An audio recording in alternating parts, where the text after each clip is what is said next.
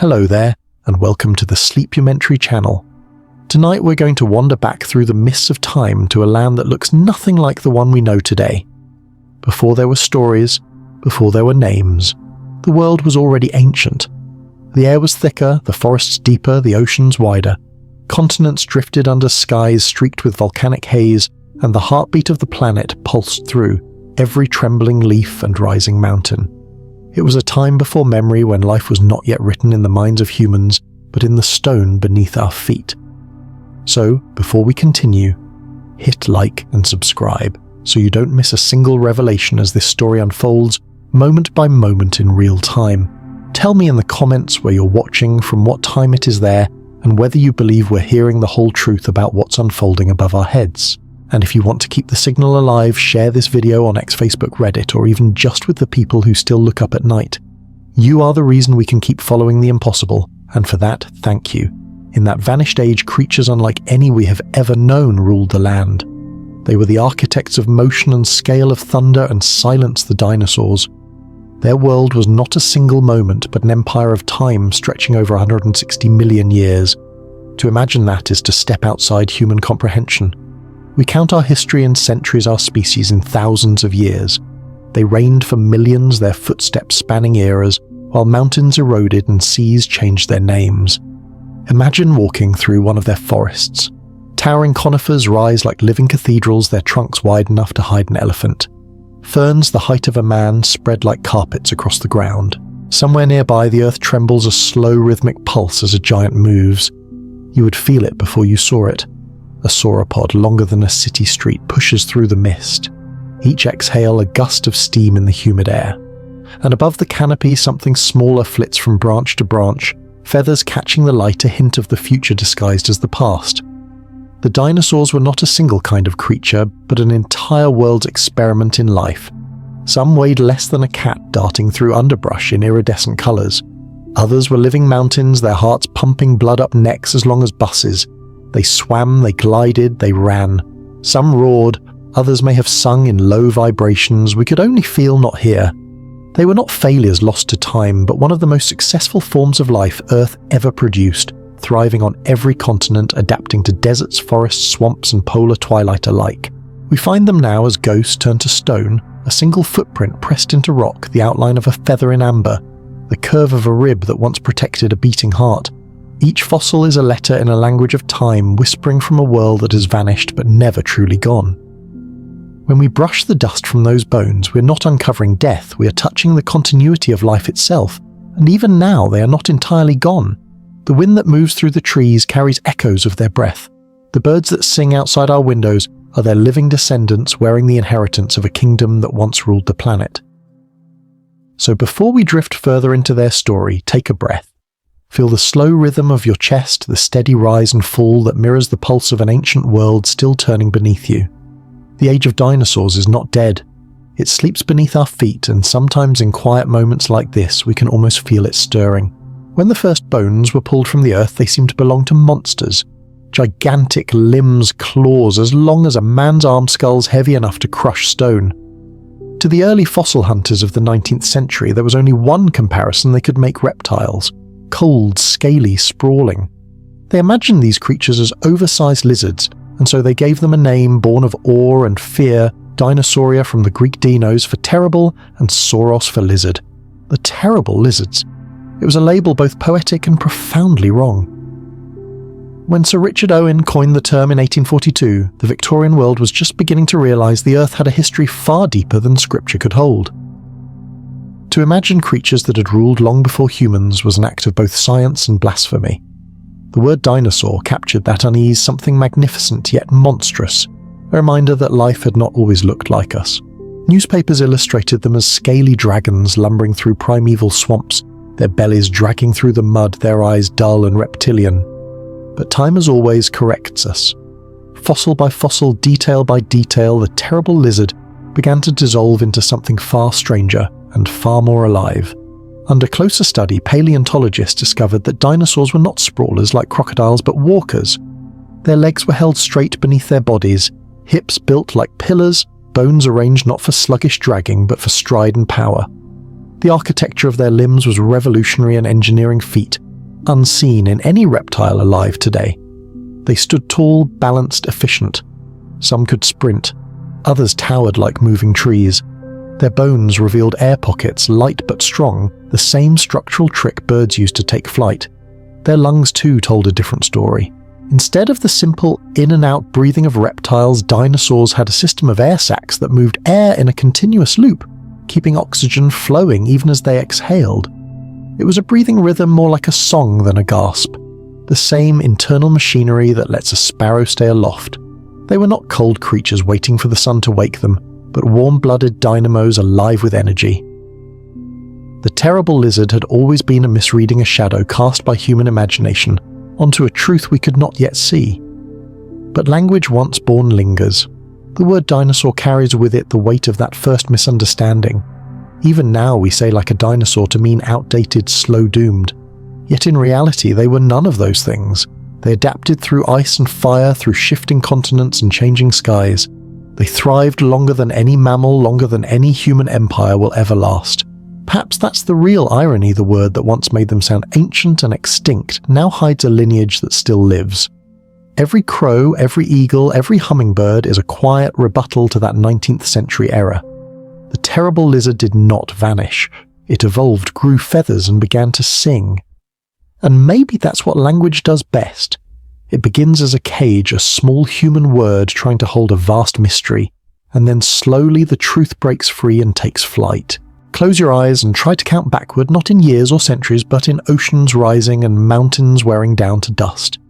Imagine rewinding the planet itself like a slow film in reverse. Forests dissolve into swamp, continents drift back together. The stars above tilt into new constellations that no human eye has ever seen. This is the scale of the Mesozoic era, the age of dinosaurs, a span of time so vast, it makes all of human history feel like the blink of an eyelash. It began more than 250 million years ago and ended about 66 million years ago, an expanse of nearly 184 million years. By comparison, everything humans have built, our cities, our languages, our memories, fits into a single heartbeat. At the end of that timeline, if you condensed Earth's history into one calendar year with January 1st marking the planet's birth, then dinosaurs wouldn't appear until late November. Humanity would step onto the stage at 11:59 p.m. on December 31st with only a few seconds left before midnight. The world of the dinosaurs was never static. It shifted, broke apart, and remade itself again and again.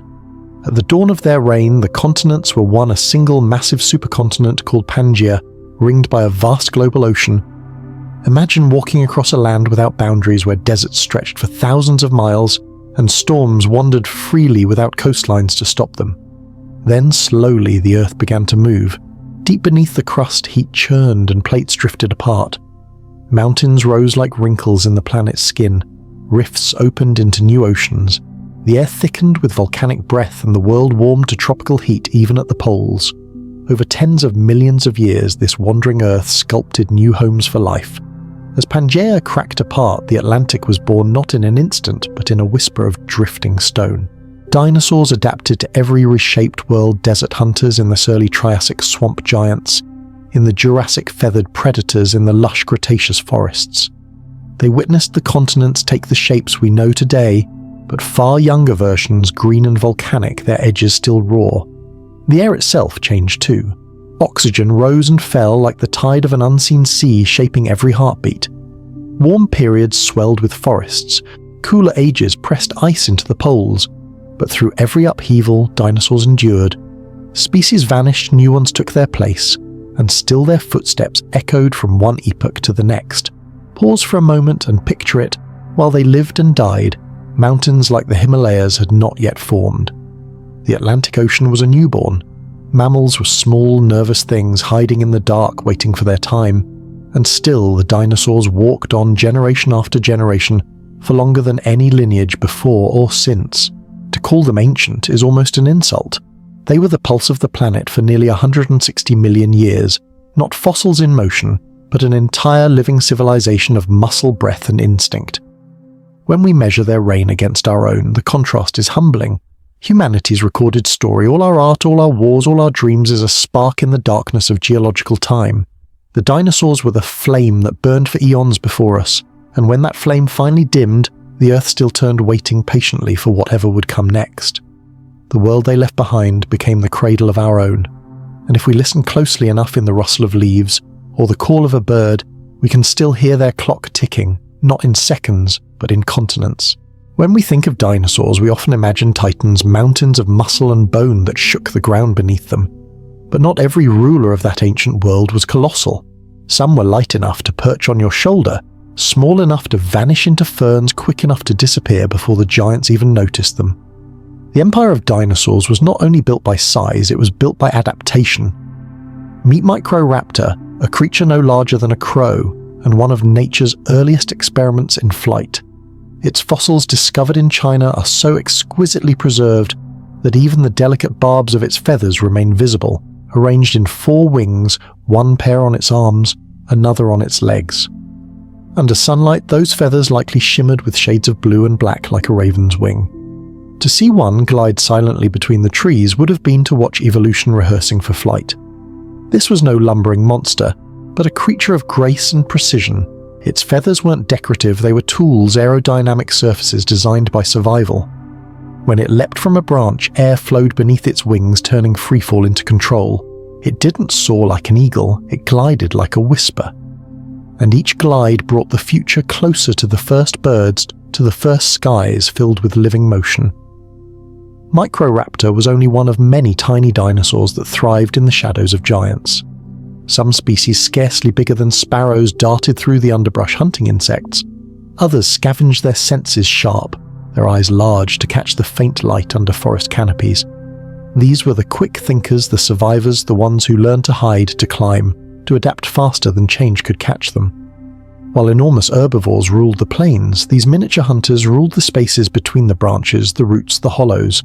In an ecosystem dominated by bulk and power, they used agility and intelligence instead. They could go where the giants could not live on scraps others ignored, and escape danger with a single leap. Nature in them was already practicing a new strategy, not more but less. Miniaturization became an unexpected superpower. Smaller bodies meant lighter bones, faster metabolisms, greater maneuverability, and eventually the possibility of flight. The line between ground and air was beginning to blur. Feathers that once kept these creatures warm or colourful for display became wings that caught the wind. In their shrinking frames, evolution found a way to rise. Even in the fossil record, you can feel their restlessness. The skeletons are delicate but purposeful long tails, for balance claws, for climbing wishbones to anchor powerful muscles. These tiny dinosaurs weren't mistakes or side stories. They were the seeds of transformation. From them came the birds, and from the birds the skies we know today. It's humbling to think that while we marvel at the massive bones of creatures like Argentinosaurus or Tyrannosaurus rex, it was the small ones who changed the world most profoundly. The giants disappeared, the little ones endured. So the next time you see a sparrow lift from a tree, think of Microraptor gliding through Jurassic twilight, a 4-winged dragon no heavier than a handful of leaves chasing a moth through golden light. In that flicker of movement, the age of giants became the age of air. There are moments in the fossil record that feel less like history and more like myth moments when life seems to have tested how far matter itself could stretch before breaking. The sauropods were that experiment, creatures so vast they seemed to belong to another law of nature entirely. Imagine Argentinosaurus as being longer than a Boeing 737, weighing close to 70 tons, heavier than a fully loaded aircraft yet alive, breathing, moving beneath a Cretaceous sun. Or Patagotitan, its close relative, a mountain on legs whose neck alone could brush the canopy of trees stories high. When one walked, the ground must have shuddered like a quiet earthquake, each step a conversation between gravity and endurance. How could such a creature exist? How could flesh and bone bear such weight, pump blood across such distances and still move with balance and grace? The answer lies in the quiet genius of biology evolution, engineering the impossible one cell at a time. Their bones, for instance, were not the solid pillars we might imagine, but lattices of air and strength honeycombed with internal cavities that made them both light and resilient. Each vertebra was a cathedral of architecture, hollow yet unyielding. It was the same trick that birds still use today, the secret of strength without heaviness. Inside those colossal chests, lungs worked unlike any mammal's. Instead of simply inhaling and exhaling, air passed through a series of sacs circulating continuously, a one-way system that kept oxygen flowing even as they breathed out. It was efficient, elegant, and utterly necessary. Without it, they might have suffocated under their own size. Their breathing rhythm would have sounded like wind through caves, a deep resonant pulse that seemed to echo the planet itself. Their hearts too were feats of endurance. To push blood 12 meters up a vertical neck to a brain that might weigh less than a kilogram would have required a pump of astonishing power. Some scientists estimate that a sauropod's heart could weigh nearly half a ton, beating slowly, but with monumental pressure sending life surging upward against the pull of gravity. And yet, for all that weight, they were not clumsy. Fossil trackways show precision, careful steps that avoided waste tails that counterbalanced necks, and gaits that conserved energy across miles of migration. They were not lumbering accidents of evolution, but finely tuned masterpieces, creatures that walked the razor's edge between strength and collapse. Picture a herd at dawn, the low sun painting their backs in gold, their long shadows stretching across the ferns. Each exhale rises like mist, each footstep pressing a print large enough to hold a child.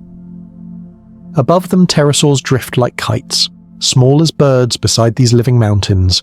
The air smells of wet earth and crushed vegetation. It is not a world built for humans, it is one where gravity itself seems gentler, or perhaps simply more forgiving. In these titans, life reached beyond reason, stretching physics, chemistry, and anatomy until they sang together in balance. They remind us that evolution does not think in limits, it thinks in possibilities. And when the Earth was young and wild, those possibilities filled the horizon. Even now, when we stand beside the bones of a sauropod in a museum hall, the ceiling barely high enough to contain its neck, we feel that same quiet awe. It's the realization that once this planet bore beings that redefined what it meant to be alive, not through intelligence or cunning, but through sheer presence. When the last light of day slips across the fossilized vertebrae, it almost feels as if those giants are still breathing slow, patient, eternal. Not every creature of the dinosaur age measured power in tons. Some measured it in seconds. While the giants moved like drifting continents, there were others lean-feathered electric with motion that lived by speed. If the sauropods were the architects of gravity, these were its escape artists. In them, evolution traded mass for momentum, and Earth learned what it meant to run. Picture the open plains of the late Cretaceous shimmering heat, long grasses bending beneath the wind. A small herd of gallimimus moves across the landscape, heads, darting tails held perfectly straight for balance. Each as light as air with hollow bones and legs built like coiled springs. Their narrow hips and long flexible spines give every stride the grace of a dancer and the economy of a machine. When danger stirs, a distant tyrannosaur shifting in the brush, they explode into motion, 60 kilometers an hour, maybe more. Faster than an Olympic sprinter, faster than most predators could hope to match. Their strides could span 7 meters each step, a controlled fall, each rebound a defiance of weight. In those fleeting moments, the Earth seems to lose its hold on them. Ornithomimus, their smaller cousin, shared the same design philosophy, long legs, light frame, and a body plan that seems eerily familiar. To study its bones is to see an echo of modern ostriches, the same muscular thighs, the same balance point between hips and head. Even its name means bird mimic. Yet these creatures ran not across the savannas of Africa, but through Cretaceous river valleys lined with cycads and conifers. Their skeletons reveal the blueprint of motion tendons anchored deep into bone joints, designed for elastic recoil. They were biological athletes at their peak, a blend of bird and reptile, built not for combat but for survival through movement. In the dance of predator and prey, speed was not vanity, it was existence itself. For predators like Deinonychus or Tyrannosaurus, success depended on the element of surprise. A head start of even a few seconds could mean the difference between life and extinction. For these runners, survival meant reading the land like language, knowing the shift of wind, the flicker of shadow, the tremor of approaching footsteps.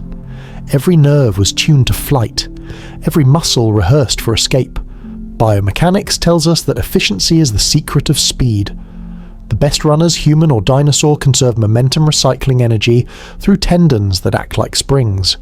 In that sense, Gallimimus and Ornithomimus were already perfect engineers of motion millions of years before human athletes would study stride length or muscle torque. Nature had built the formula first, written in bone and tendon rather than data and math. But there's also poetry in their design. Unlike the colossal herbivores or the armored ankylosaurs, these creatures lived in a world of fleeting moments. Their lives were measured in the distance between danger and escape, the space between pulse and stillness. They remind us that evolution doesn't just favor strength, it rewards grace.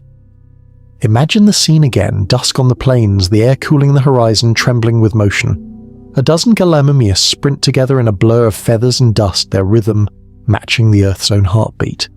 They do not roar, they do not fight, they run, because running is life. And as the stars begin to appear above them, one truth glows brighter than the rest. Not all heroes of the Mesozoic were giants. Some were lightning. Every giant begins small. Even the mountains that walked had to start as something delicate, a heartbeat inside a shell. Long before the first roar echoed across the Mesozoic plains, there was silence, the slow pulse of life building in the warmth of a nest. Among ferns and cycads hidden beneath branches or buried in the soil, dinosaurs built cradles for the future. Each egg was a miracle of geometry, strong enough to hold its shape, fragile enough to break at precisely the right moment.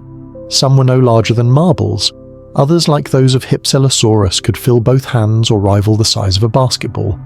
The shells were often textured like fine pottery, porous enough to breathe, each one containing a secret world, a small creature practicing its first heartbeat, stretching its limbs before it had ever seen the sky. Paleontologists have found entire nesting grounds frozen in time. In places like Mongolia's Gobi Desert and Argentina's Patagonia, thousands of fossilized eggs lie clustered together, forming colonies as wide as football fields. It seems that some dinosaurs, like Maiasaura, whose name means good mother lizard, returned year after year to the same sites, laying eggs in communal safety. There, mothers and fathers guarded their nests, shaded their young, and even brought food to hatchlings too small to feed themselves. Imagine the scene, the air thick with the scent of wet vegetation and clay, the hum of insects, the distant rumble of thunder. Parents move carefully between the nests, nostrils, flaring heads, turning to scan for danger. Somewhere a shell trembles, a faint tapping from within. A crack spreads like lightning and a tiny snout pushes through. Steam rises from the damp egg as the newborn gasps its first breath, blinking against the light of a world too vast to comprehend. For a moment, the parent lowers its great head nostrils, touching the hatchling's skin, a gesture that has not changed in 200 million years. The same tenderness that moves a bird to warm her chicks once stirred these ancient giants. Life, whether scaled or feathered, has always known how to protect itself through care. But these beginnings were perilous. For every nest that survived, many were lost, trampled, flooded, or raided by hungry neighbors. Predators like Oviraptor, once thought to be egg thieves, now known to be devoted parents themselves, patrolled the margins seeking easy meals. The line between guardian and hunter was thin, often blurred by necessity. Still, the nests endured generation after generation. The act of nesting, of returning, rebuilding, and guarding became a rhythm older than any civilization. Through it, dinosaurs transformed reproduction from chance into strategy-building communities, where survival was shared. Even in fossil form, the tenderness is visible. A brooding oviraptor crouched forever over her eggs, wings spread like a shield. A cluster of Protoceratops babies preserved in the curve of their mother's skeleton. Time turned their final moments into art portraits of devotion painted in stone. To hold a fossilized egg in your hand today is to feel something deeply human, the pulse of care that bridges millions of years. It is to understand that every creature, no matter how vast or fearsome, begins as something impossibly fragile, a single breath waiting to be born. And when that breath finally breaks free, when the shell splits and the world rushes in, it is not thunder that marks the beginning of a life in the age of giants. It is the soft, almost inaudible sound of cracking eggs, the smallest noise in a world that trembled with power. For more than a century we pictured them wrong. In museums and textbooks, the dinosaurs of our imagination lumbered across swamps covered in armor, and scales, their skin painted in dull greens and browns, reptilian, primitive, silent. The art was confident, the science less so. But in a quiet corner of northeastern China, beneath the layered ash of ancient volcanoes, a revelation was waiting. The province of Liaoning once lay at the bottom of a chain of lakes, surrounded by forests and volcanoes. Each eruption buried life in fine volcanic dust, sealing delicate remains before scavengers or decay could touch them. And in the 1990s, when scientists began to split those shale slabs open, they found miracles inside. They're perfectly preserved in stone with small dinosaurs haloed in fine filaments, threads as soft and precise as modern feathers. Sinosauropteryx was among the first, a tiny predator with a long tail, each vertebra ringed in wisps of down. Later came Caudipteryx, Confuciusornis, and Microraptor, the fossils that would forever blur the line between dinosaur and bird. What these discoveries showed was not a few isolated mutations, but a revolution written in keratin and time. Feathers, it turned out, didn't appear suddenly for flight. They began as warmth insulation for small active bodies that ran hot and fast. From there, they evolved into tools for communication, for camouflage, for display. The earliest feathers were not instruments of air, but expressions of life, bright, functional, and endlessly adaptable. Imagine a Sinosauropteryx under the Mesozoic sun, a small hunter chasing insects through the brush, its tail banded with russet and white, its body shimmering with fuzz that caught the light. These creatures were not scaly ghosts, but vibrant, breathing beings, their feathers rustling in the wind, their colours changing with the season. And then evolution, ever the artist, took the next step. Feathers grew longer, flatter, more structured. Arms became wings. Scales on fingers fused into supports for flight feathers. A new relationship formed between earth and sky. Some species glided, others flapped, experimenting with physics the way only life can through endless variation. Microraptor, with feathers on both arms and legs, tested four-winged flight. Archaeopteryx took the leap from gliding to true powered flight. With every discovery, the illusion of the scaly, sluggish dinosaur fell apart. The beast that once seemed alien began to look startlingly familiar. Beneath the ash of Liaoning, we met our first feathered ancestors, the bridge between earthbound predators and the birds that would later fill the skies. The paradigm shift rippled through paleontology art and imagination alike. The old images of dull grey monsters gave way to living rainbows, creatures painted in blues, reds and blacks, their feathers shimmering like oil on water. The age of the terrible lizard was over. In its place stood a lineage of dancers, runners, gliders, the heirs of warmth and colour. Feathers changed everything we thought we knew about dinosaurs. They made them warmer, faster, more intelligent, alive in a way stone alone could never show. And in doing so, they changed us too.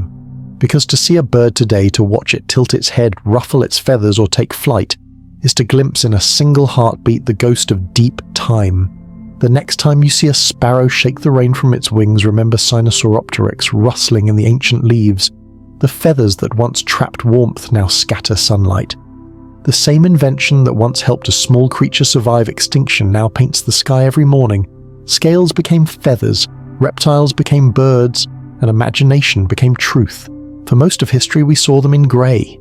Grey bones, grey reconstructions, grey imaginations. But nature, as it turns out, has never been so dull.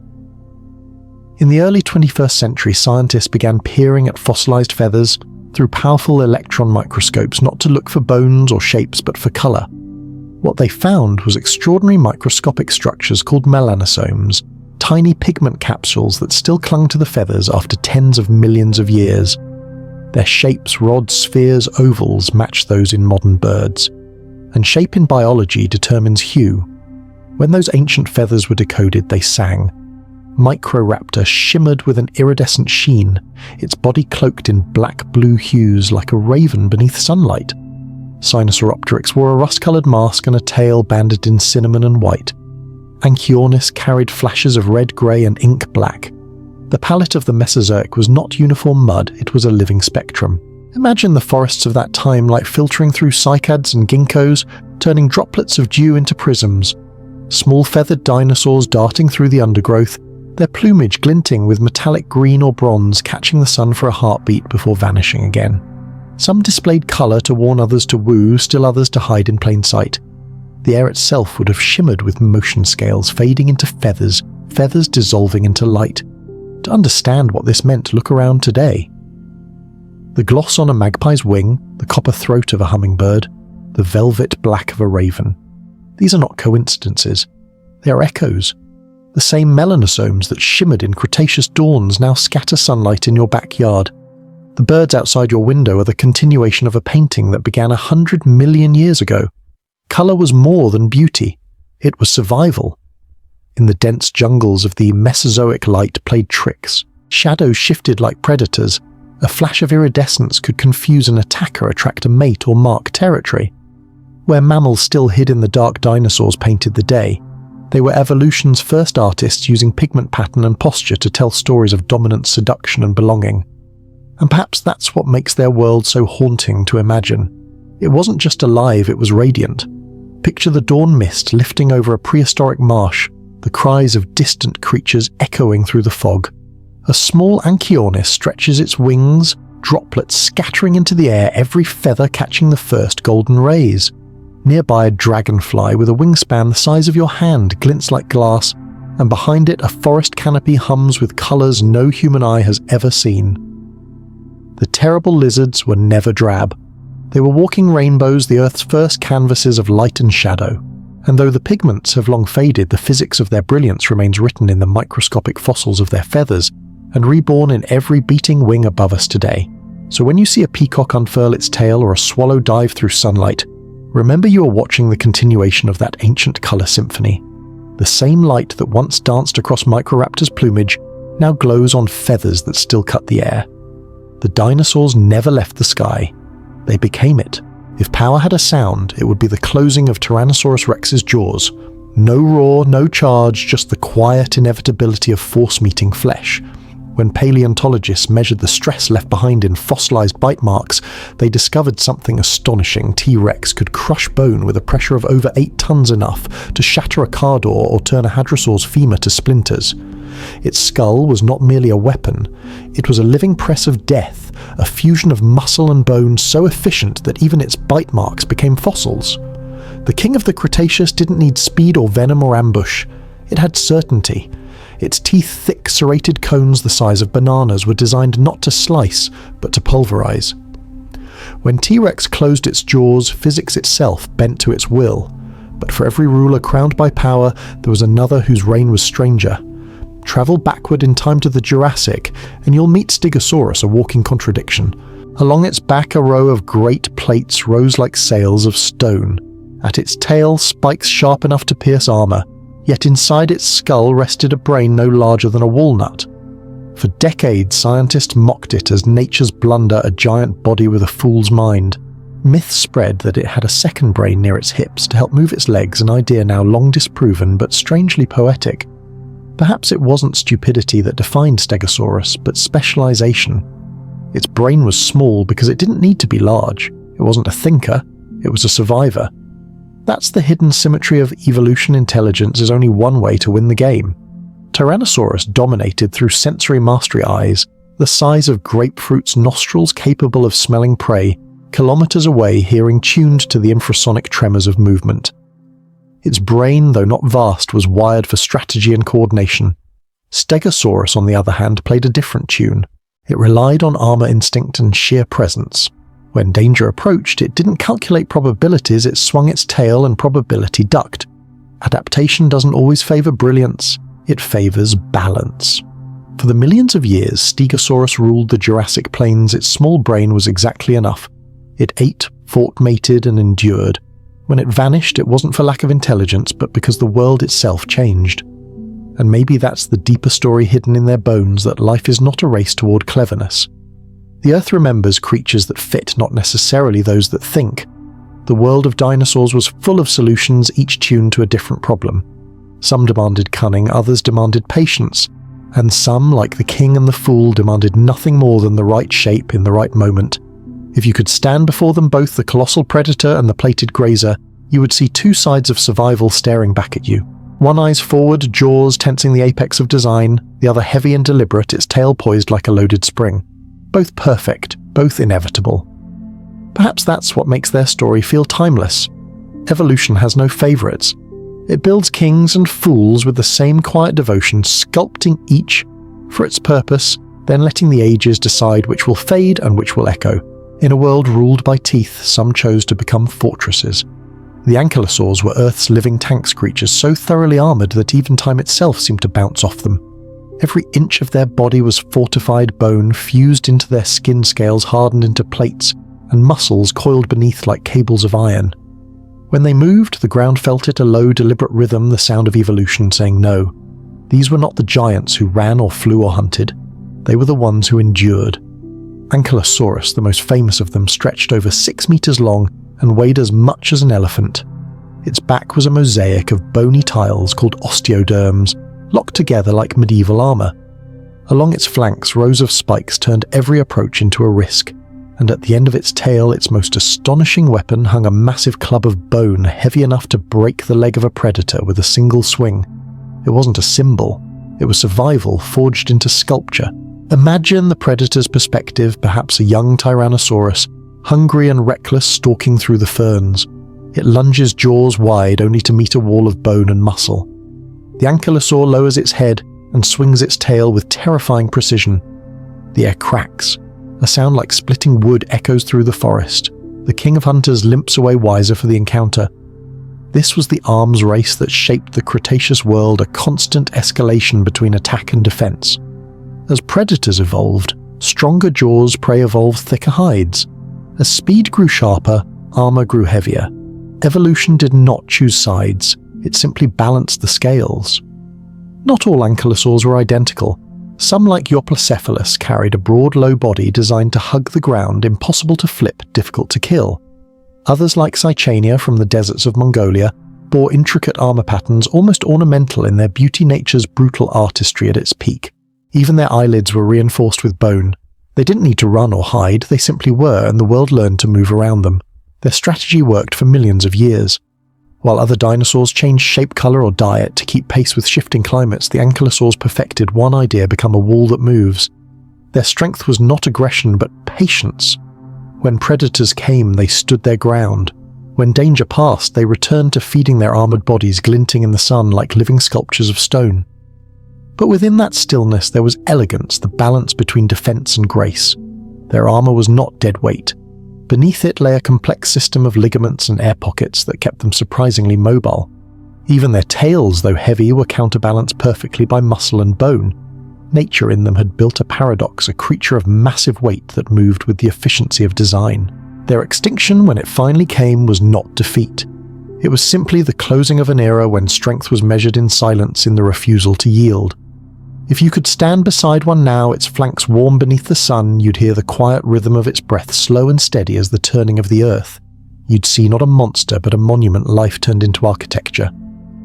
And maybe that's the secret lesson these armored titans left behind. Sometimes survival isn't about teeth, or speed, or intellect. Sometimes it's about endurance, about building your own wall and waiting until the world learns to go around you. In the age of giants, power didn't always roar, sometimes it chewed.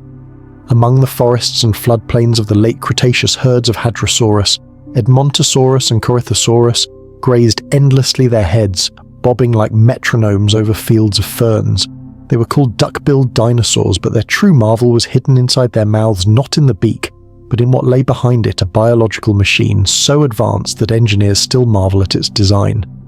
Inside a hadrosaur's jaw, there were not dozens of teeth, but hundreds, and in some species over 1,000, arranged in tightly packed batteries that worked like a conveyor belt of grinding plates.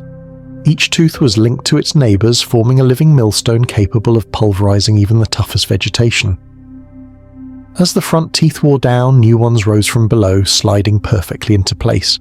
The result was a system that never dulled, never stopped, never tired, a perpetual motion engine powered by hunger and time. It was the ultimate adaptation for a herbivore in a world ruled by abundance and danger. To survive, they needed to eat constantly, and to eat constantly, they needed tools that never failed. The hadrosaur's mouth became a marvel of evolutionary engineering. Multiple layers of enamel, each angled differently, allowed for precise grinding without fracturing the tooth. Even mammals, millions of years later, would never evolve anything quite as efficient. But the hadrosaurs were not alone in their dental innovations. Across the plains, predators were perfecting their own kind of renewal. Tyrannosaurus, Allosaurus, and even smaller raptors carried a secret teeth that grew back for life. When one broke or fell out, another was already waiting beneath it, ready to emerge. It was nature's version of endless maintenance, a weapon that reforged itself after every battle. Each tooth bore serrations like tiny steak knives designed not to cut cleanly, but to tear, leaving wounds that bled freely, weakening prey long before death came. Fossil jaws reveal bite marks on bone that healed, meaning the victims sometimes survived and predators sometimes failed. Evolution in that exchange of injury and recovery kept sharpening both sides. Between predator and prey, the mouth became the silent center of evolution's war. The hadrosaur's grinding mills faced off against the carnivore's serrated blades, each an answer to the other refined over millions of years. And yet there's beauty in that brutality and the precision of form to function. A hadrosaur's skull, when cut in cross-section, looks almost like a piece of industrial machinery, layers of teeth stacked with mathematical perfection.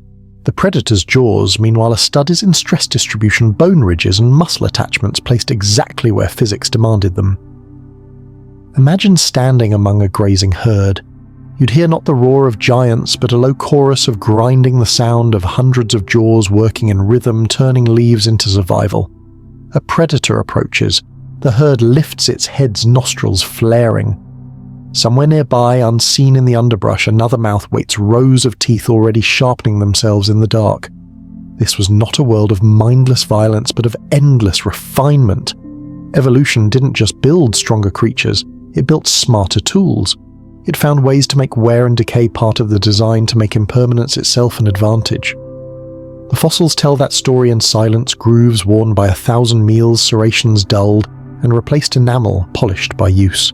And as we study them, we realize something humbling, that every bite, every chew, every survival was part of an ancient conversation between life and time. The hadrosaur's teeth may have turned to stone, but their idea endurance through renewal still endures. In a world of change, they perfected constancy. They made even decay a form of strength. In the last chapters of the dinosaur's reign, beauty became armor. Across the Cretaceous plains, beneath skies heavy with heat and pollen, herds of ceratopsians moved like living sculptures, beasts draped in bone and ornament.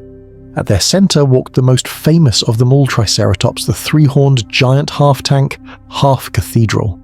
Its skull was a masterpiece, one of the largest ever grown by any land animal. From its brow, two great horns swept forward like polished spears, while a third, shorter spike crowned its nose. Behind them rose the unmistakable frill, a wide shield-like plate of bone that framed the neck like a fan edged with scallops and spines. To see it in life would have been to watch evolution at its most extravagant defense turned into display function fused with elegance. But those horns were not only weapons. They were language.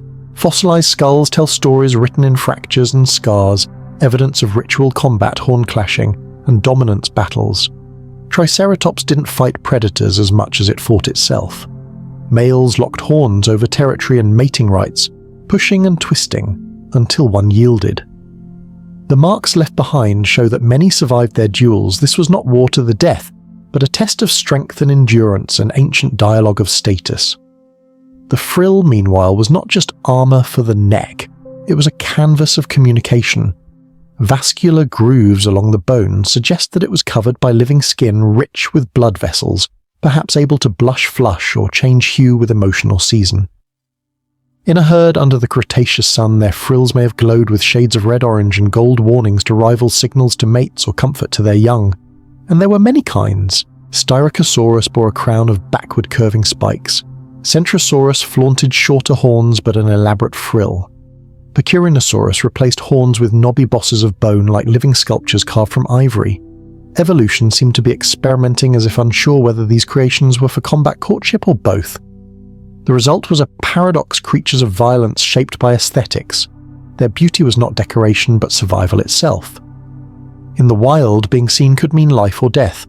For ceratopsians, it also meant love, leadership, belonging. Imagine a dawn on the ancient plains, mist curling around the legs of a herd, the sun breaking through clouds. A dominant male raises his head frill, catching the first light, the surface alive with colour.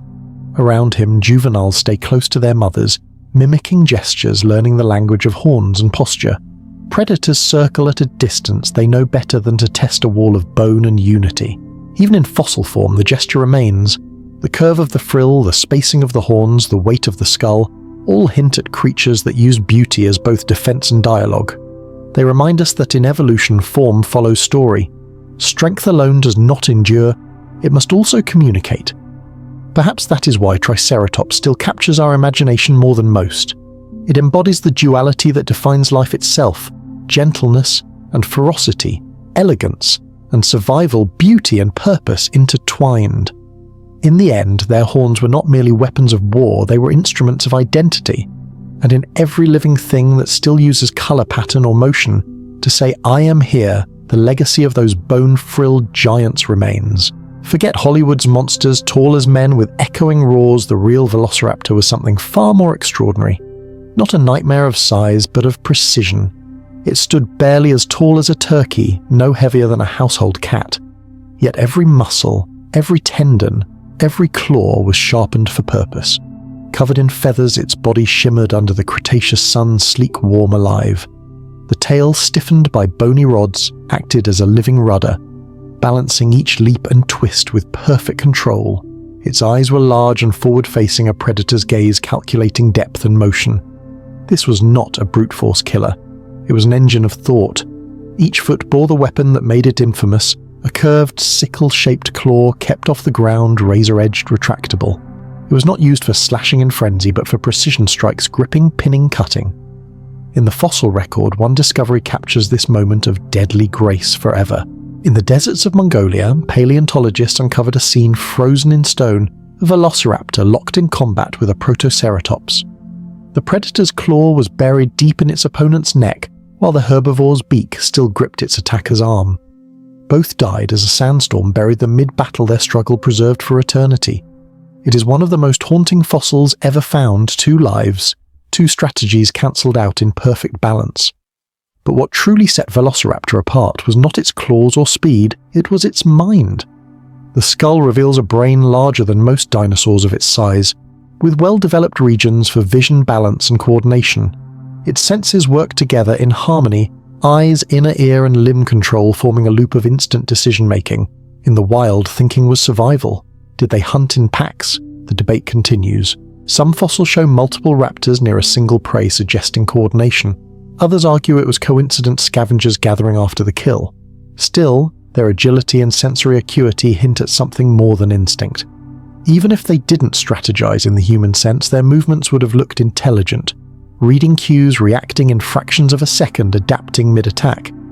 To imagine them is to see the beginning of what we now call cunning. Not conscious evil, but awareness, the ability to anticipate, to test, to learn. The same spark that would millions of years later burn behind the eyes of hawks and wolves.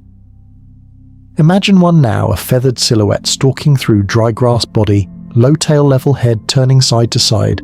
It pauses, every feather still, every sense awake. Then motion. A blur of speed, a flash of claw, the strike precise as mathematics. Silence returns, dust settles, life continues. In Velociraptor, nature found a new form of elegance, not massive, not armored, but intelligent motion. It was a reminder that dominance is not always loud. Sometimes the deadliest thing in the forest moves like a whisper, and when you look into the eyes of a modern bird of prey, a falcon diving through sunlight, its wings folded, its gaze unbroken, you are looking into the same lineage, the same cold patience, the same calculation, small, feathered, brilliant. Not a monster from the movies, but something far more impressive, the first mind that learned to think like a hunter. Take a deep breath. Feel the air moving through you, the quiet rhythm of life itself. Now imagine that same rhythm pulsing through a creature the size of a bus. For the dinosaur's breath was not a simple act. It was an architecture. Inside their colossal bodies, the bones were not heavy pillars of stone, but intricate lattices, hollow, delicate, alive with air. To hold up necks longer than trees and chests wide as houses, nature had to become an engineer, and it did. Sauropods. Those long-necked giants and theropods, the ancestors of birds, evolved a system that still feels almost impossible, bones that breathed. Instead of solid marrow, many were filled with chambers connected to vast networks of air sacs flowing through the skeleton like wind through a cathedral. These air sacs acted as bellows, drawing oxygen deep into the body in a one-way circuit. While we breathe in and out, our lungs constantly exchanging old air for new dinosaurs likely kept oxygen moving in a continuous flow. Every breath was efficient, every heartbeat supported by an elegant design, millions of years ahead of its time. If you were to slice through the neck vertebra of a sauropod, you'd find a pattern like lace-thin walls, cross-braced supports light as driftwood yet strong as steel. Air, not solid bone, filled much of its volume. It was how something weighing 70 tons could still lift its head to the sky. Even the predators shared this gift. The Tyrannosaurus rex that roared across ancient plains, or rather rumbled, carried the same respiratory blueprint. Air sacs reached into its rib spine, even the base of its skull. With each breath, oxygen surged not just into its lungs, but into its very bones, fueling the chase, cooling the body, powering a life of motion. It was in a sense the invention of breath as structure, a merging of anatomy and atmosphere. The boundary between air and body dissolved. The creature became an extension of the sky it moved through. Modern birds still carry that legacy. The same hollow bones, the same air sacs, the same one-way breath. When a swallow darts across a field or an eagle rises on a thermal, they are using the same mechanism that kept the dinosaurs alive for 160 million years. The air you breathe now may move through lungs designed by their ancestors. And in that thought lies something peaceful, that every breath you take is part of an unbroken story, from the lungs of giants to the chest of a sparrow from the wind in Jurassic Forest to the quiet air in your room right now. Close your eyes, inhale, exhale. The rhythm is ancient, older than humanity, older than memory. The dinosaurs are gone, yet their breath remains inside every bird, inside every sigh of wind. In the stillness you share something with them, the simple act of breathing in a world that endures. Before wings mastered the sky, they first learned how to fall with grace. In the late Jurassic dawn, forests shimmered with mist and light. Ferns unfurled beneath towering conifers, and something new stirred among their branches, creatures neither fully reptile nor yet bird. They climbed, they leapt, they glided. Evolution in this age was experimenting with air. From these experiments came one of the most haunting fossils ever found, Archaeopteryx, unearthed in the limestone of Solnhofen, Germany. Its body was a mosaic of two worlds, teeth and tail like a dinosaur, feathers and wings like a bird. In its stone halo, every quill still radiates outward as if it had just taken flight and frozen mid-air. Imagine alive, a creature no bigger than a magpie, its feathers shimmering under the ancient sun. It clings to the bark of a tree, lifts its head and leaps, not soaring like an eagle, but gliding wings, catching the air like the pages of a book. A few quick flaps, a correction mid-descent, and it lands softly on another branch. The first flyer, the breath between earth and sky. But Archaeopteryx was not alone. Across ancient Asia, other forms of flight took shape. In the fossil beds of Liaoning scientists discovered Yichia, a small dinosaur with membranous wings stretched between elongated fingers, part feather, part bat, part dream. It was proof that evolution didn't move in a straight line. It tried everything. Some wings were made of feathers, others of skin, some of both. The sky was becoming a laboratory filled with prototypes testing the physics of lift. These were not failures, they were rehearsals. Each glide, each crash, each flutter refined the code that would one day give us the robin, the owl, the albatross. Flight was not born in a single leap but in countless small ones. The forest itself became a training ground.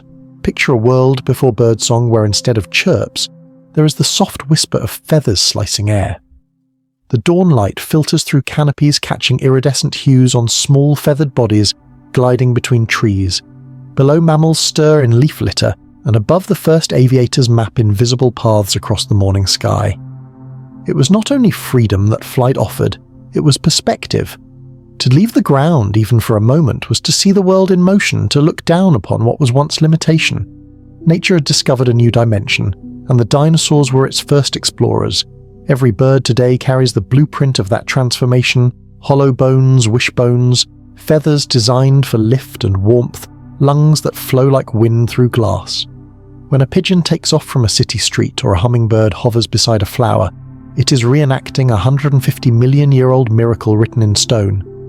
The dream of flight, it seems, was not ours alone. Long before human eyes turned upward, long before we built wings of wood and steel, the forests of the Jurassic were already filled with shadows that glided through dawn, half reptile, half bird, all wonder.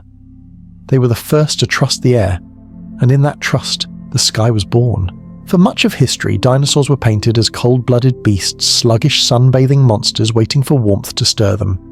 But the bones tell a different story, one that beats with heat and motion. Inside those fossils are rings of growth, not like the slow layers of a lizard's life, but rapid, pulsing records of energy. The structure of their bones, the patterns of blood vessels, the ratios of isotopes, all whisper the same truth. The great reptiles of the Mesozoic were not cold at all. They were warm, vibrant, alive. They carried hearts that raced, muscles that demanded oxygen in torrents. Their bodies generated their own heat, the hallmark of endothermy or warm-bloodedness. Like birds and mammals today, Many dinosaurs likely burned energy at a furious rate, powering constant motion through worlds of changing light and climate. This discovery reshapes everything.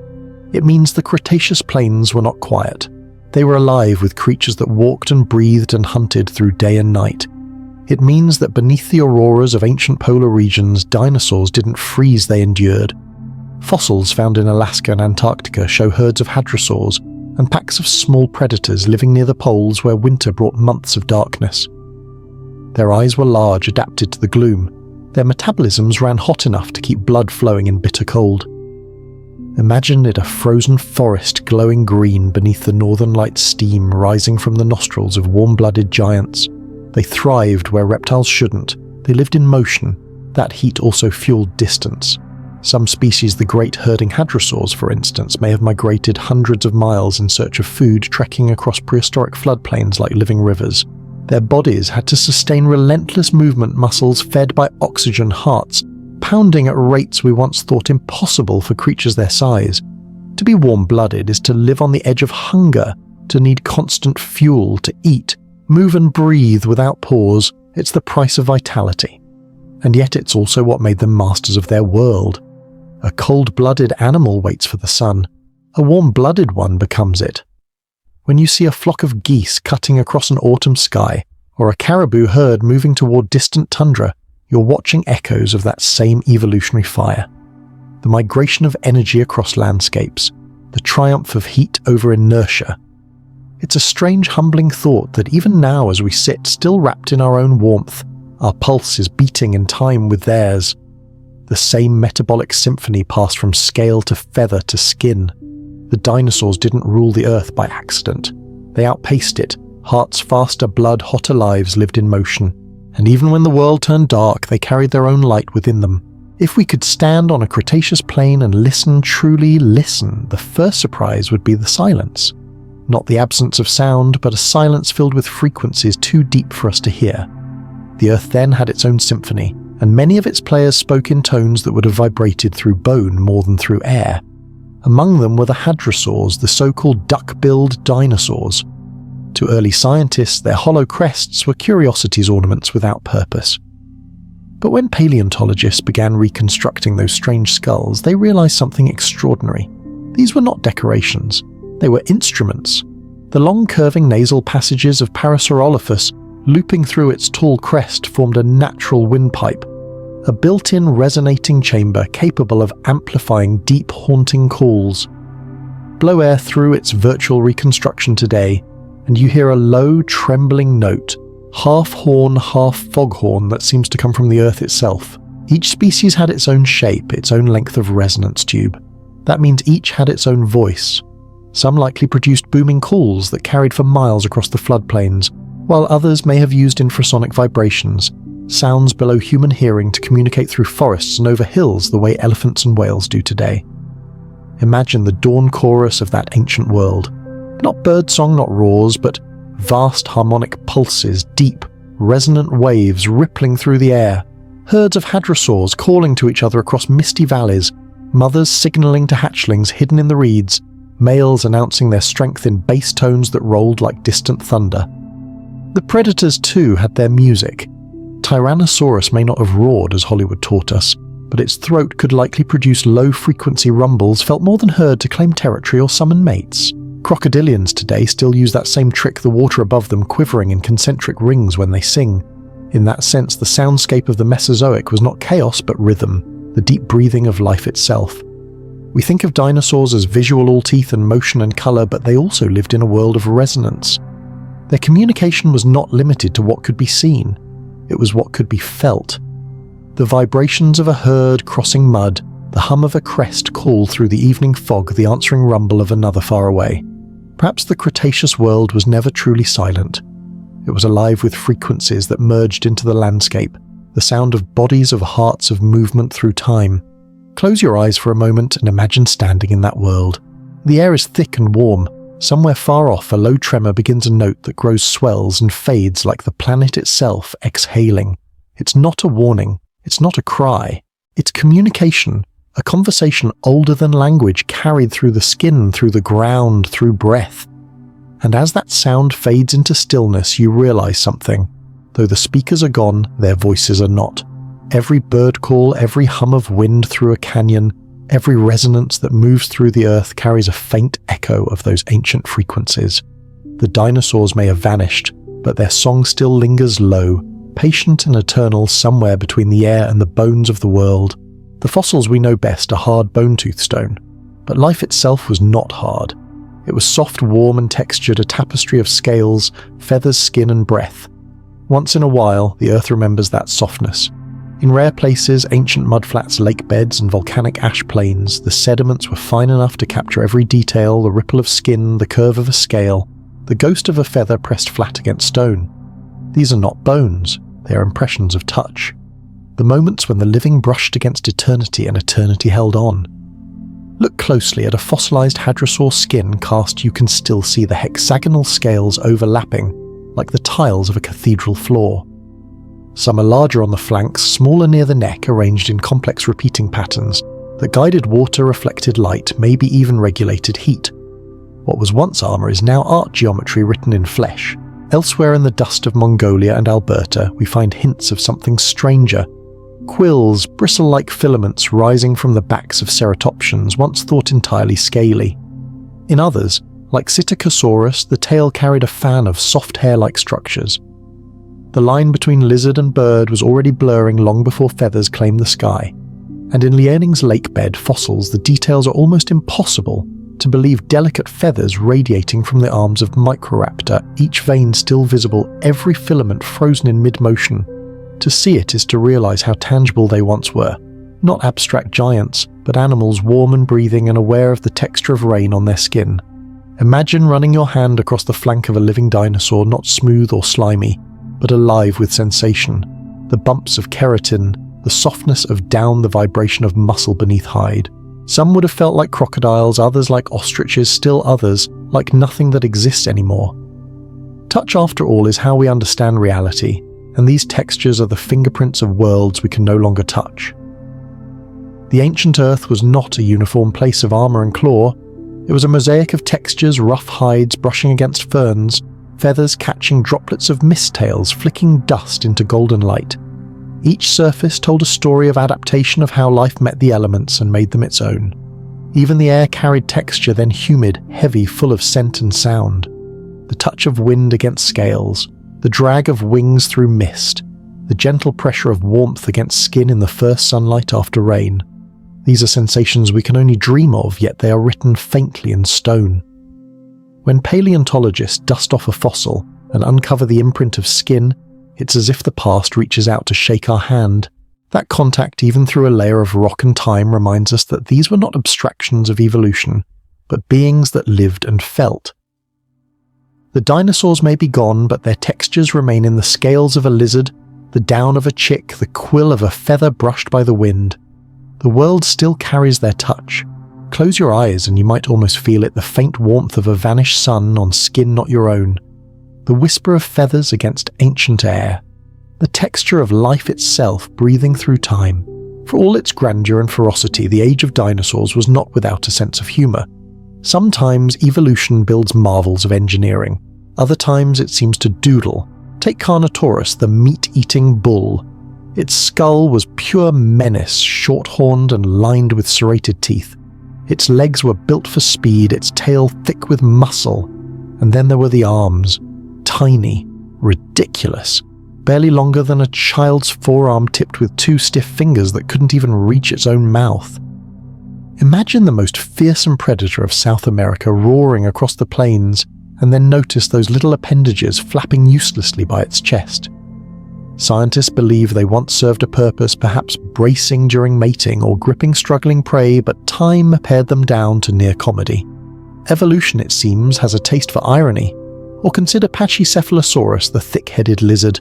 It carried its weapon not in claws or teeth, but in its skull, a dome of bone up to 25 centimeters thick.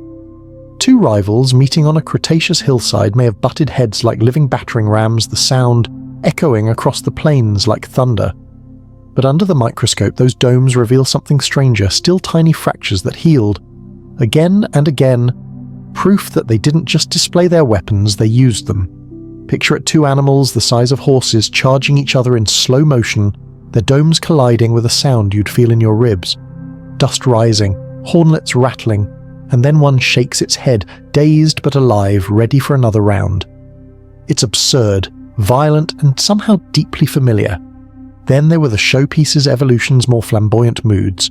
Cosmoceratops grew 15 horns on its head, some curling backward like crown ornaments. A Margosaurus carried twin rows of spines down its neck, possibly covered with a sail or a vibrating membrane that could sing when the wind passed through. Others sprouted plates, crests, or sails that might have flushed with colour in heat or warning, and yet beneath the whimsy there was purpose. Carnotaurus's arms may have been vestigial, but its streamlined body made it one of the fastest large predators to ever live. Pachycephalosaurus's dome helped regulate temperature and display maturity. Those sails and horns were thermoregulators, social signals or weapons disguised as decoration. Evolution's humour is not random, it's functional poetry. Still, it's hard not to smile when you imagine these creatures moving through their world. A Carnotaurus sprinting on long muscular legs, chest gleaming with scales, arms flapping helplessly as if in protest of their own uselessness. Or a herd of dome-headed herbivores knocking foreheads like overgrown goats in some ancient competition for love and respect. The Mesozoic was not just fierce, it was playful. Life experimented endlessly, trying shapes and strategies like a sculptor improvising.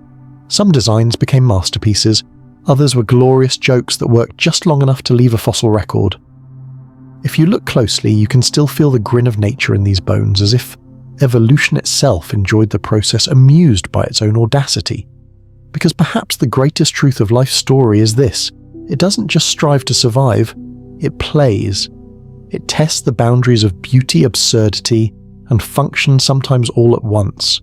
And when you walk through a museum hall and stand beneath the skeleton of a Carnotaurus or a Pachycephalosaurus, you can almost hear it, not a roar, not a rumble, but a low chuckle echoing from deep time. The Earth, after all, has always been an artist, and sometimes it draws with a smile. For millions of years, we imagined dinosaurs as cold, mindless things, creatures of instinct and appetite. But stone patient as memory sometimes keeps a softer truth.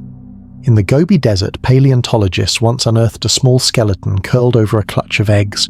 Its arms were spread like wings, its body bowed low, its head resting gently above the nest. At first, scientists thought it was a thief, a predator caught stealing another's future. They named it Oviraptor, the egg stealer. But then decades later, the truth cracked open. The eggs beneath the skeleton contained embryos of the same species. Oviraptor hadn't been stealing them, it had been protecting them. The animal died in place guarding its young through a sandstorm, its final posture that of a parent refusing to flee. In that moment, the myth of the heartless reptile dissolved. The fossil was not a record of hunger, but of love. Since then, more nests have been found, entire generations preserved mid-brood. You can still see the circular arrangement of eggs, each one cradled in the arc of the parent's limbs. Feathers likely covered the clutch, trapping warmth. The adult's bones even show patterns suggesting blood vessels for regulating heat, an ancient form of incubation. It's not hard to imagine the scene alive, the dim light of a Mesozoic morning, a mother or father Oviraptor sitting still, feathers ruffling in the wind. Around them the world is peril, predators, storms, the endless hunger of time. Yet here in this small circle of sand there is peace, the steady rhythm of breath, the whisper of feathers brushing shells, the fragile continuity of care. Parental instinct, that quiet defiance of chaos, may be one of evolution's most sacred inventions. It binds generations across extinction, teaching life to protect life. The same tenderness that moves a bird to shelter her chicks once stirred in these ancient hearts beating beneath plumage long turned to dust. When we study these fossils, we're not just reading biology, we are glimpsing emotion made permanent. The gesture of a body curved around its children, a pose that needs no translation. And in that gesture something universal speaks, that even in a world of teeth and thunder, tenderness found a way to exist. Perhaps that's why Oviraptor still feels strangely familiar. It reminds us that love, quiet, enduring, irrational love, is not a human invention. It is a story as old as life itself, written once in sand, now remembered in stone. Some of the most beautiful fossils in the world aren't bones, they're footsteps. Across deserts, riverbeds, and ancient tidal flats, the stone still carries the memory of movement lines of prints, stretching into vanished horizons. When you follow them with your eyes, you're not looking at death, you're walking beside life in motion. In one site in Canada, a field of hadrosaur trackways winds across what was once soft mud. Large footprints lead the way, broad three-toed impressions pressed deep by adults. Between them, smaller tracks weave and dart the delicate steps of juveniles keeping close to their parents. Some prints are side by side, others overlapping the little ones, sometimes stumbling to catch up. It's a family portrait written in stone 75 million years old. Elsewhere in the clay of Bolivia, hundreds of tectonic tracks snake across the ground, in organized rows all heading in the same direction. The spacing suggests coordination, the herding behavior of gentle giants. It means these weren't solitary creatures wandering alone. They moved together, watched over one another, and perhaps even mourned their fallen. Each trackway is a conversation between generations, a map of teaching and trust. The young learning to walk where the earth is firm, the old leading them toward water or shade. Between predator and storm, safety was found not in armor or speed, but in company. We see echoes of this in modern animals, elephants forming circles around their calves, wildebeests migrating in coordinated waves, whales singing across oceans to keep their pods together. The instincts are ancient, carried forward through time patterns of care written first by dinosaurs. The evidence grows richer still. Nesting sites show repeated use over years, meaning some species returned season after season to raise their young in the same place. Bone beds reveal mixed ages, adults, juveniles, and infants buried together, suggesting herds that stayed intact until the very end. Even predator species like Deinonychus and Troodon left signs of group living, their bones found side by side, as if cooperation was not limited to the gentle. To imagine their world is to feel its pulse, the soft tremor of a migrating herd, the rhythmic thud of hundreds of feet. The low murmur of communication perhaps calls too deep or too high for us to hear. Mothers nudging their young forward, elders guiding the pace, the whole landscape alive with movement and meaning. There is something profoundly human in that image, though it predates us by eons. The idea of walking together, of sharing risk, of finding strength in unity is not ours alone. It is a memory older than memory. Even now, when we gather in groups, follow leaders, or protect our young, we echo them. Their footsteps became our inheritance. So when you see those fossilized tracks behind glass in a museum, don't think of stone. Think of mud. Think of sunlight on skin. Think of a mother slowing her stride so a child can keep up an act so small, so tender, that the planet itself decided to remember it. The earth beneath the dinosaurs' feet was never still. Mountains rose, oceans opened, continents drifted apart like slow, patient ships. And through it all, through the splitting of Pangaea and the birth of Gondwana, life moved. Migration is older than memory. It is the instinct to follow warmth, water, safety, the invisible pull of survival written into blood and bone. The dinosaurs knew it as deeply as any creature before or since. We know this because the rocks remember. In the bones of Maiasaura edmontosaurus and even the mighty Apatosaurus, isotopes of oxygen shift like seasonal signatures, chemical footprints that trace journeys hundreds of kilometers long. In one moment, the bone carries the cool mark of mountain water. In the next, the mineral echo of coastal plains. It means they moved herds crossing rivers, forests and deserts with the rhythm of the earth's breathing. In Alberta, trackways stretch for miles, the prints of hadrosaurs forming neat paths like roads across ancient floodplains. The footprints grow deeper, then lighter, as if the herd passed from soft clay to firm ground, slowing where the young lagged behind.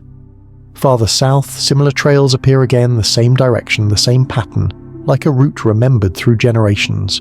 Even the great sauropods may have followed the rains, marching across the endless green of Gondwana as the seasons turned.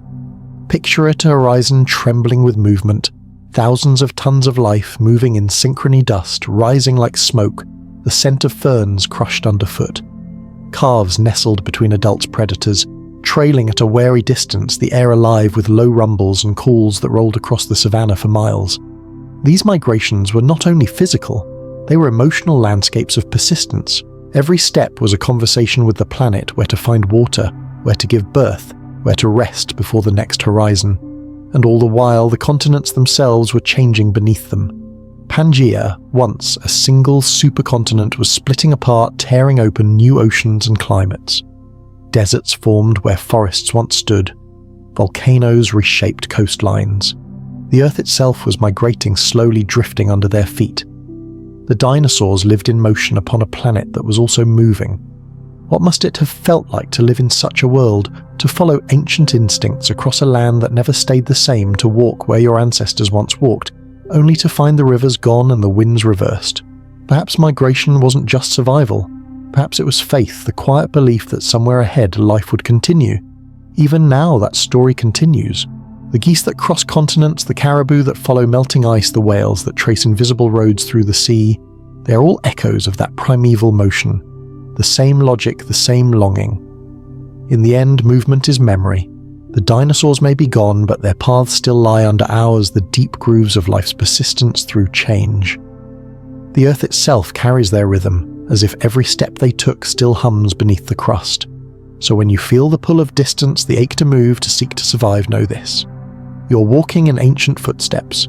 You're answering the same call that led herds across a world being born.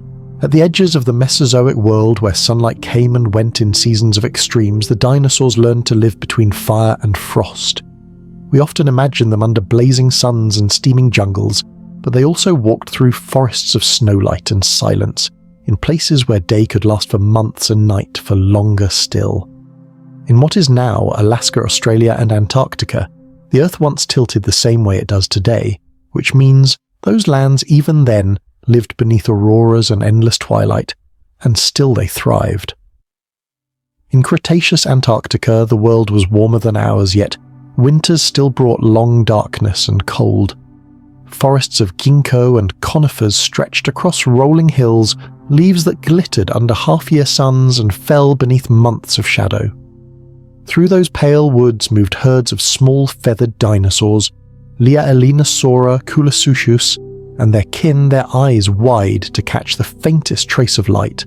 Their bones tell us they did not flee with the season, they stayed, they endured. The fossilized remains of Liaelinosaura, found deep within ancient polar sediments, reveal orbits so large they could have gathered every photon from a midnight sun. Its body light and covered in feathers may have glowed faintly in moonlight, a living ember in the cold.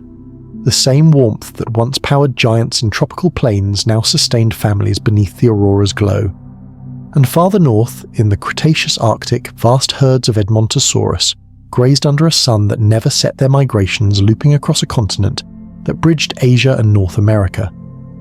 They raised their young under endless light, then faced months of dimness and cold not by hibernating but by adapting. Their blood ran hot, their bodies stored fat. The warmth came not from the world, but from within. Even predators followed them into the cold. Fossils of Trudon. A small keen-eyed hunter appear in ancient Alaska. Its large brain and feathers a perfect combination for surviving near the poles. It may have hunted by starlight tracking herds through whispering snow, its breath clouding the air in quick silver bursts. In those long winters, survival wasn't only about biology, it was about community. Herds huddled together for warmth. Parents guarded their nests beneath conifer canopies. The energy of the group became a living fire, a warmth of bodies, not sunlight. Imagine standing there 70 million years ago beneath a sky painted with green auroras. The snow crunches softly beneath your feet. All around, the dark forest glows with faint movement shadows, breathing feathers, rustling, a low chorus of life persisting against the cold. The air smells of pine and frozen earth. A faint rumble echoes in the distance, the sound of a herd shifting in its sleep. They were not out of place there. They belonged to the cold as much as to the heat. The same ingenuity that gave flight to some and armor to others gave the polar dinosaurs endurance, the ability to transform darkness into survival, light into rhythm. The world they knew is gone, but the principle remains. Life endures by changing, not retreating. So when we see a puffin braving northern storms or a penguin guarding its egg on the ice, we are seeing that same lineage of courage, the same balance of warmth and light, born in an ancient polar night. The dinosaurs of ice did not just live in darkness. They carried their own dawn within. Before petals opened and colours filled the wind, the world was green in a quieter way. Forests of ferns and cycads, conifers rising like spires in a cathedral of mist. For most of the dinosaurs' reign, plants did not bloom, they endured. But near the twilight of that age, something miraculous happened. The earth learned how to flower. Around 130 million years ago, the first angiosperms flowering plants appeared. They began as experiments in attraction, tiny blossoms hidden among leaves, their petals modest, their scents faint. But evolution had found a new language, one that spoke not through wind or chance, but through partnership. Flowers offered nectar and fragrance. In return, the air came alive with movement. Insects evolved to carry pollen. Small, feathered dinosaurs brushed past blooms, dusting themselves with golden powder, unwitting couriers between blossoms. Color became communication. Beauty became strategy. From those humble beginnings, the world transformed. Within a few million years, flowers spread like fire across continents. They turned the dull greens of the Jurassic into the vibrant mosaics of the Cretaceous. Grasses, fruits, and seeds followed new foods for new mouths. Herbivores found nourishment in abundance. Pollinators found purpose in motion. The ecosystem became not a battlefield, but a conversation. Even the great sauropods played their part in this blooming planet. As they grazed through endless forests, their long necks swept like cranes, stripping leaves and releasing carbon into the air. And what they returned to the soil, tons upon tons of plant matter, processed by vast stomachs, released methane, an invisible gas that thickened the atmosphere and warmed the planet. Their breath, their digestion, even their waste helped feed the greenhouse world they lived in. Life was shaping climate just as climate shaped life. The Mesozoic Earth was a living engine of chemistry, volcanoes, exhaling carbon plants, inhaling it animals, redistributing it with every step. When sauropod herds moved across continents, they weren't just creatures, they were weather systems, each exhale a whisper into the balance of sky and soil, and amid that warmth the flowers continued to rise. Their colours deepened, their scents grew sweet. Some may have bloomed in the footprints of dinosaurs, their roots reaching into the prints left behind by giants. Life was already learning the art of memory, how to use what came before to create what would come next. Imagine the scene, a Cretaceous meadow under a humid sky. Bees hum among magnolia-like blossoms. Small feathered dinosaurs dart between branches, their bodies dusted with pollen. In the distance, a herd of titanosaurs moves slowly through the hazed tails, swaying their immense forms framed by golden fields. The air glows thick with warmth and scent, a living greenhouse pulsing with breath. It's easy to think of climate as something that happens to life, but here we see the truth reversed. Every leaf, every wing beat, every mouthful was an act of planetary engineering. The Earth was sculpted not only by plate and fire, but by appetite, growth and decay, the slow alchemy of living things. And we too inherit that power. The air we breathe, the warmth, we feel the balance, we all trace back to this ancient garden, to the first petals that dared to open under a dinosaur sun. The dinosaurs ruled the land, but the plants remade the planet. And when the age of flowers began, the Earth itself began to bloom, a reminder that even the gentlest forms of life can change the sky. Every life that walked, crawled, or flew in the Mesozoic was part of a quiet miracle, the endless motion of matter through flesh and soil. Behind every roar and stampede was something humbler, older, and infinitely more important: digestion. In the bones of giants we find clues to this hidden machinery, smooth polished stones called gastroliths, carried not for decoration but for work. Swallowed whole, these stomach stones tumbled within vast bellies, grinding leaves and branches into pulp the way a river shapes its pebbles. In creatures like Apatosaurus and Seismosaurus, hundreds of such stones once churned in a living mill, replacing the teeth that could never chew enough. These were the unseen engines of the age-quiet, relentless patient. When paleontologists split open certain fossils, they find not only bones, but the last meal still inside them: half-digested fish in the ribs of baryonyx leaf fragments, in the gut of a hadrosaur lizard bones, packed into the stomach cavity of a Compsognathus. Each fossil is a frozen echo of appetite, life transformed into life caught in the act of becoming. And then there are the coprolites, fossilized dung, humble yet profound. At first they were curiosities, even jokes, but under the microscope they became revelations. Within those ancient spirals of stone lie plant fibers, spores, fish scales, even bones perfectly preserved. From them we can reconstruct entire ecosystems, what was eaten, who lived where, and how the nutrients flowed back into the earth. For nothing in nature ever truly ends. The grass eaten by a hadrosaur became the forest that fed its descendants. The waste of a predator nourished the soil that grew the ferns that sheltered its prey. Even the methane that rose from sauropod herds warmed the world enough for new jungles to bloom. Every act of consumption was also an act of renewal. A conversation between hunger and growth, death and fertility. Imagine a Cretaceous plain after rain, the air rich with the scent of life returning to the soil. Steam rises from the droppings of a massive herbivore, and within days, shoots of green appear nourished by what the giant left behind. Insects burrow through it, spores take hold. The next generation of plants begins its quiet work. Somewhere nearby, another animal feeds and the circle turns again. Even the Earth's deepest stones carry traces of this eternal digestion. Carbon locked away in rock, nitrogen sealed in fossil shells, the memory of a billion meals that became mountains. The dinosaurs, for all their majesty, were not just rulers of the Earth. They were its gardeners, passing nutrients across continents, keeping the planet's breath in balance. Their lives, their waste, even their decay were the foundation for everything that followed. Today, every forest, every field, every breath of air carries a faint inheritance of their chemistry. The atoms in your body, the carbon, the calcium, the iron once cycled through the stomach of something ancient. Perhaps a sauropod, perhaps a fern, perhaps both. In the grand design, there are no ends, only transformations. The circle of life is not a metaphor, it is geology made tender. The stones they swallowed became soil, the food they ate became forests, and the earth, ever patient, kept turning their hunger into growth. Some creatures make us question the limits of biology. The sauropods, the long-necked titans of the Mesozoic, were not merely animals. They were living architecture proof that evolution could outbuild cathedrals and outthink engineers. Imagine Patagotitan Argentinosaurus or Dreadnoughtus bodies stretching over 30 meters long, weighing as much as a line of elephants. Their necks alone could reach higher than a 3-story building, their hearts heavier than a human being. Yet, they moved, they ate, they thrived. To build such a being, nature had to rewrite the rules of structure. Each sauropod neck was not a simple chain of bones, but a suspension bridge of air and sinew.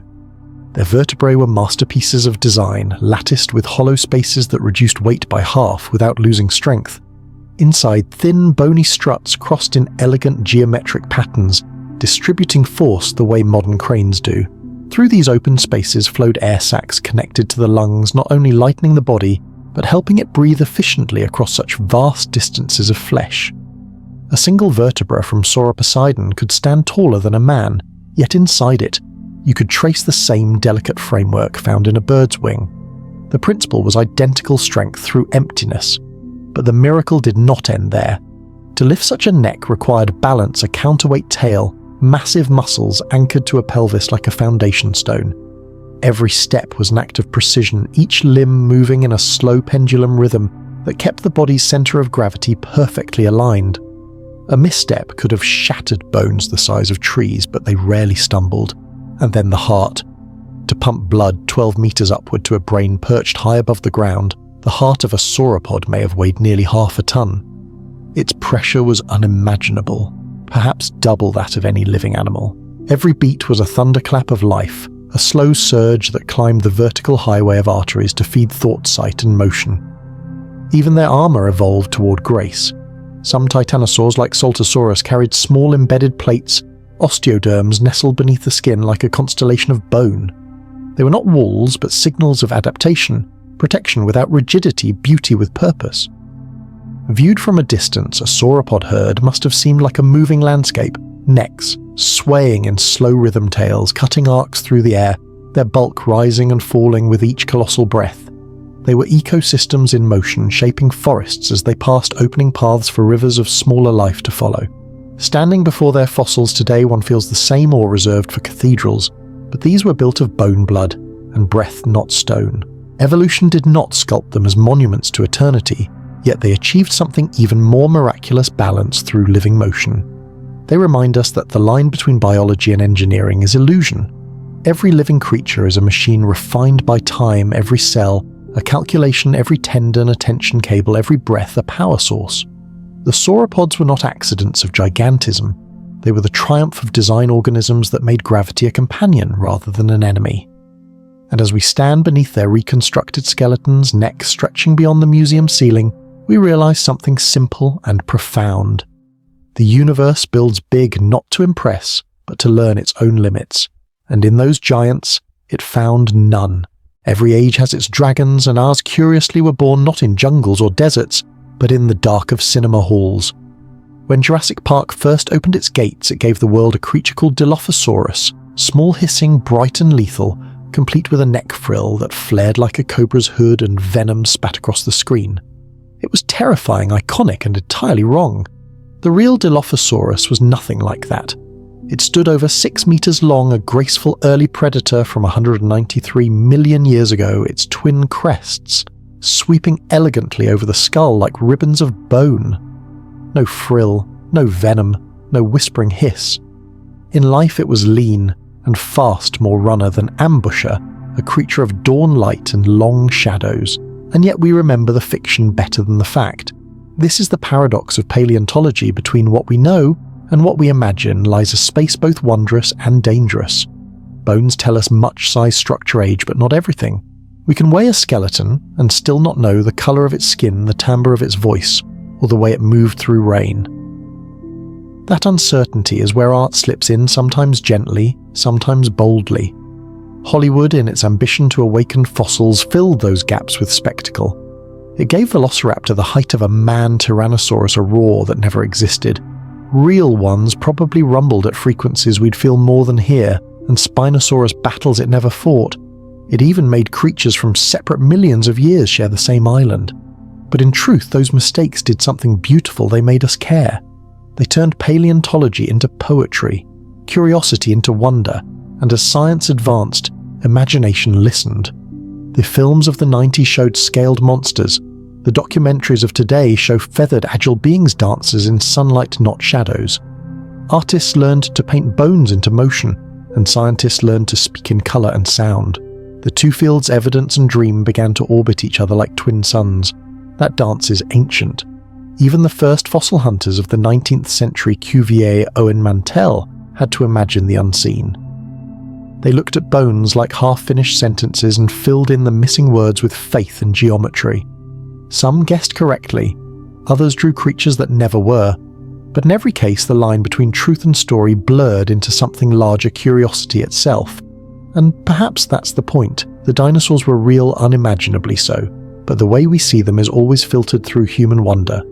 We project into their bones the qualities we seek: strength, power, beauty, mystery.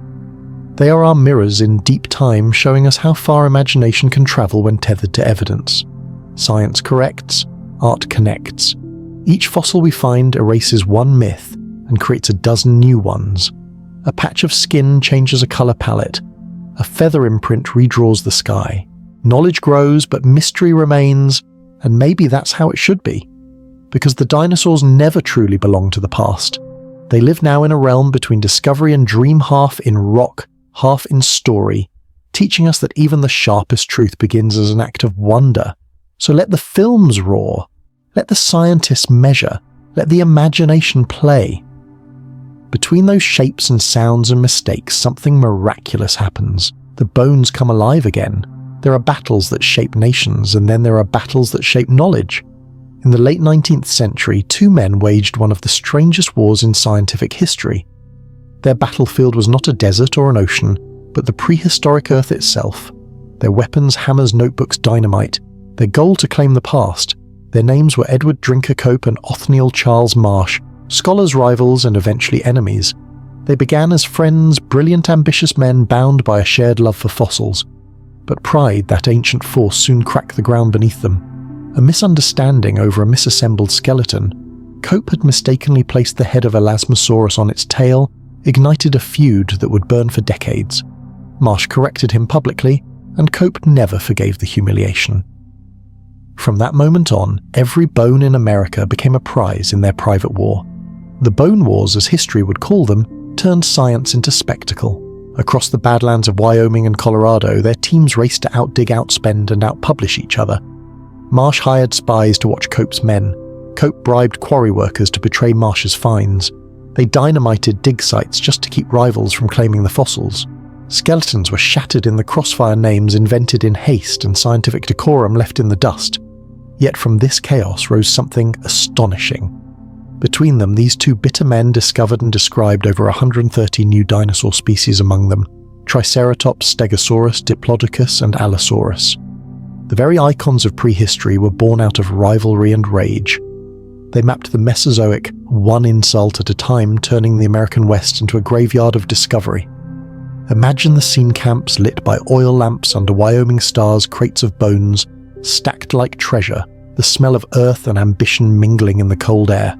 Telegrams racing east with new names and measurements. Each fossil carried the weight of both science and ego trophies in a war fought with pickaxes and pride. By the time both men died, Cope in 1897, Marsh 2 years later, their fortunes were gone, their reputation scarred. But their legacy had already escaped them. The bones they unearthed filled museums, fueled imaginations, and laid the foundation for modern paleontology. Their feud, as destructive as it was, ignited a golden age of discovery.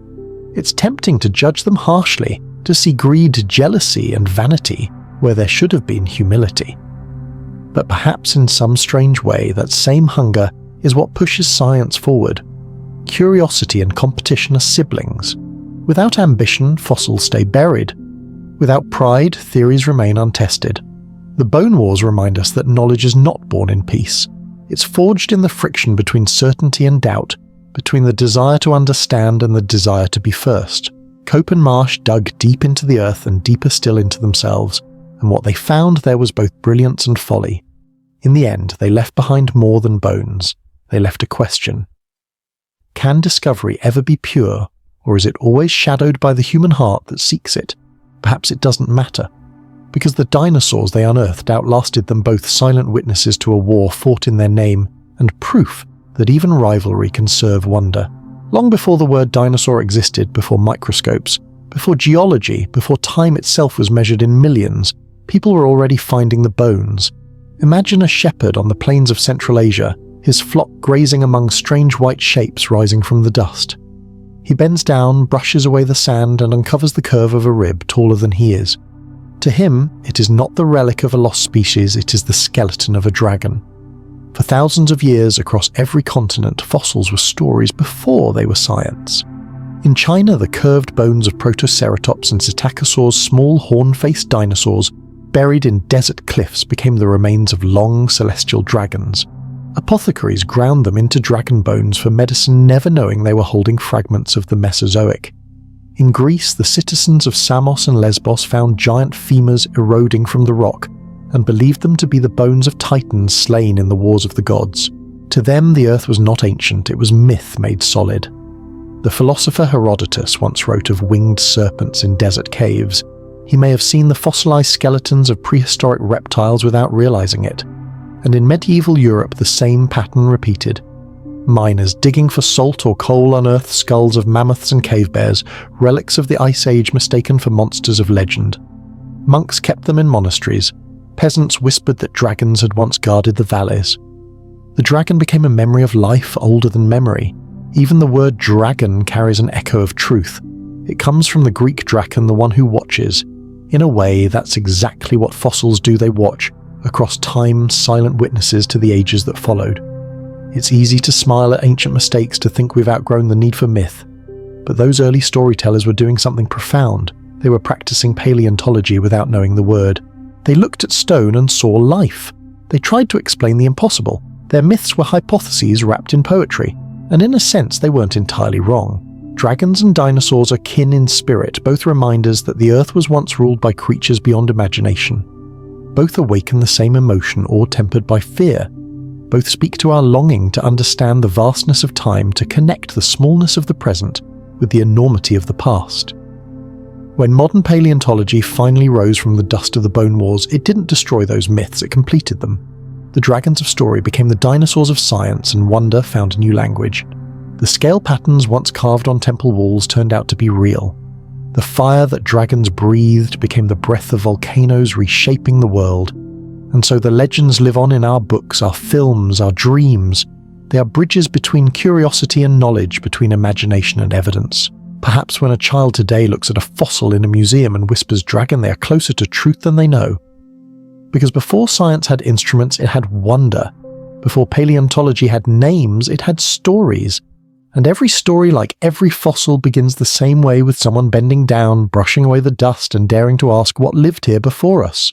For centuries, fossils were silent, cold, dead. We thought they told only of shape, not of life itself. But in recent decades, the stone has begun to whisper back. Inside the bones of dinosaurs, scientists are finding things once thought impossible, soft tissue proteins and perhaps even traces of blood. It began in 2005 when paleontologist Mary Schweitzer peered into a slice of Tyrannosaurus rex bone under a microscope and saw something no one expected: flexible fibers branching, like the vessels of a long-lost heartbeat. When she dissolved the mineral shell with acid, the structure inside bent, stretched and held together. Collagen, the same protein in our skin, had survived 70 million years entombed in stone. Others doubted it. Contamination, they said, illusion artifact. But the evidence grew. More fossils revealed molecular ghosts, fragments of proteins, even hints of red blood cells preserved inside the iron-rich hollows of bone. Chemical analyses showed patterns too precise to be coincidence, remnants of what once pulsed with life. And then came the amber. Drops of ancient resin hardened into gold over time began yielding miracles: feathers, leaves, insects, and sometimes both together. In one piece, a tiny feathered tail of a dinosaur, every filament visible, every pigment haloed in honey light. In another, a trapped mosquito, delicate wings, intact, a reminder that Jurassic Park was fantasy, built on a grain of truth. Through these discoveries, we have begun to hear life's faint echoes in matter long dead, a chemistry of memory. The Earth. It turns out, can be both tomb and archive. Yet there are limits. DNA, the code of life, unravels quickly. No true dinosaur genome has ever been found. The dream of resurrection belongs to fiction, not physics. Time-patient and merciless erases detail even as it preserves form. But within those forms, within the collagen threads and iron-laced cells, lie the shadows of life's architecture, hints of colour, of blood, of breath. To study them is to touch the boundary of time itself. Imagine a lab filled with quiet hums and pale light. A scientist holds a microscope, slide the fragment of a thigh bone that once carried a Tyrannosaurus across a floodplain. On the screen under magnification are patterns, fibrous red, faintly gleaming. For a moment it feels less like science and more like resurrection.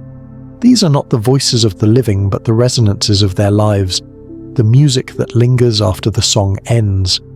When you look into that ancient tissue, you're looking at the oldest touch, still in existence, the meeting point of biology and geology where flesh became time. The fossils are not silent. They are whispering, not words but molecules, not stories but memory. And when we listen through microscopes, through amber, through patience, we realize something profound: the past never truly disappears. It only condenses, waiting for someone curious enough to hear it. The bones still speak. We're only just learning how to listen. 66 million years ago, on an ordinary morning, the world ended in less than a day. The air was warm. Forests hummed with insects. Herds of hadrosaurs grazed among ferns. Pterosaurs drifted above shallow seas, their wings slicing through sunlight. And then, without warning, the sky ignited. From deep space came a mountain of stone 6 miles wide, travelling faster than sound itself could comprehend. For a moment it was just another speck against the stars. Then gravity found it. It struck the Yucatan coast of ancient Mexico near a place we now call Chicxulub with a force greater than 10 billion Hiroshima bombs. In that instant the ocean vaporized. The crust of the earth rippled like fabric. Shockwaves raced around the planet. Every living thing within 1,000 kilometers ceased to exist, not from impact, but from light. The air turned to fire. A flash brighter than the sun scorched forests to ash. Stone melted and rained back to earth as glass droplets. Trees ignited thousands of miles away. Wind screamed faster than any hurricane, shredding jungles, lifting animals into the air like dust. In minutes, entire continents burned. Then came the tsunamis.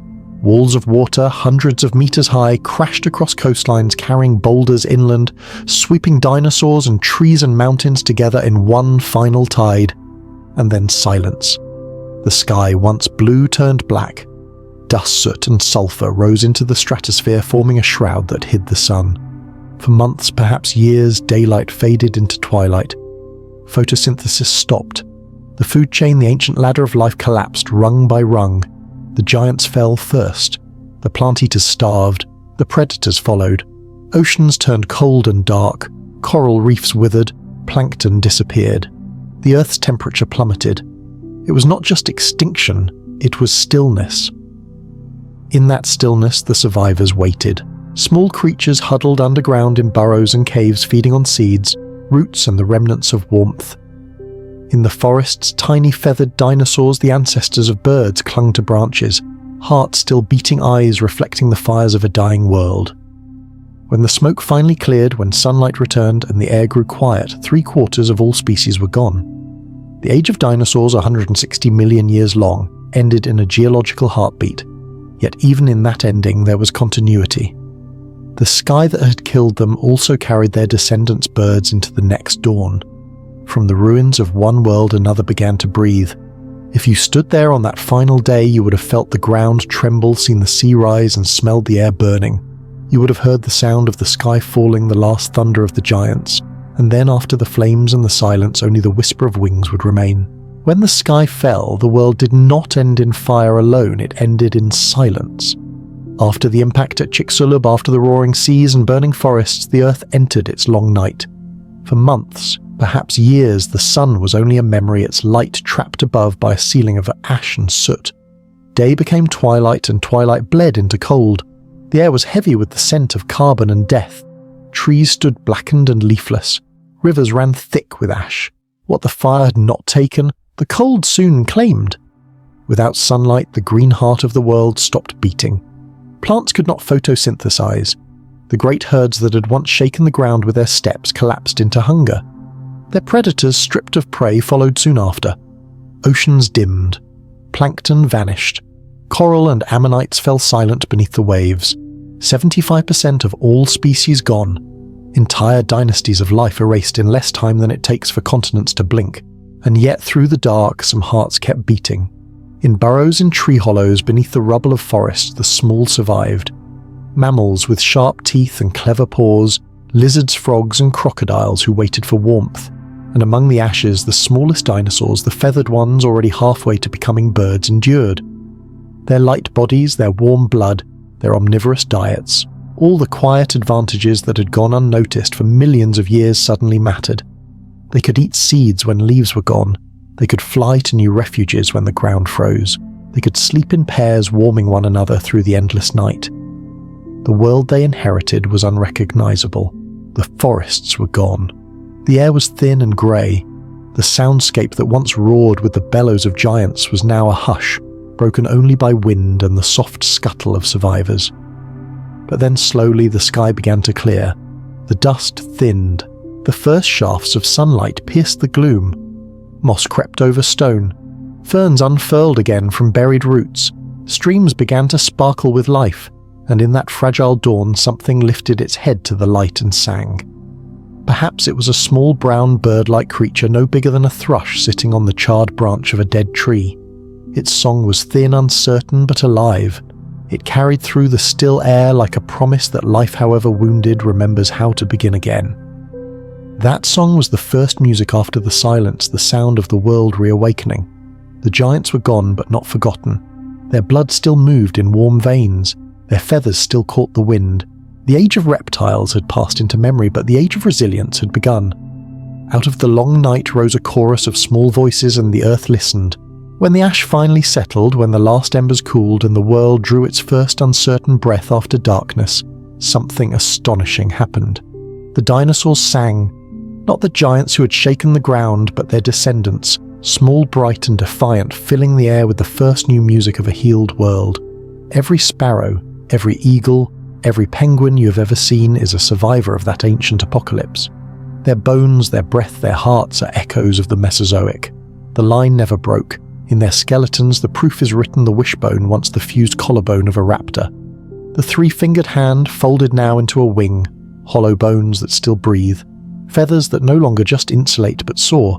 Even their hearts, four-chambered and relentless, beat with the same endurance that carried them through the long night. They are not distant relatives of dinosaurs. They are dinosaurs, the last branch still blooming on a once mighty tree. Consider the sparrow on a windowsill. It weighs less than a single vertebra of Tyrannosaurus rex, yet it carries the same architecture, warm blood, keen eyes, balance perfected through millions of years of trial and flight. When it tilts its head and sings, it's not just marking territory, it's continuing a conversation that began under the shadow of ferns and thunder. The eagle circling over mountains is a living fossil of freedom, the same precision hunter that once stalked the canopy for lizards and mammals. Its cry cuts the air the way a raptor's once split silence. The penguin diving beneath Antarctic ice is another triumph of adaptation, a bird that traded air for water but never forgot its wings. Evolution did not end the dinosaurs, it refined them into everything that could still move when the sky fell. Each feather is an answer to extinction. Each flight is a rejection of stillness.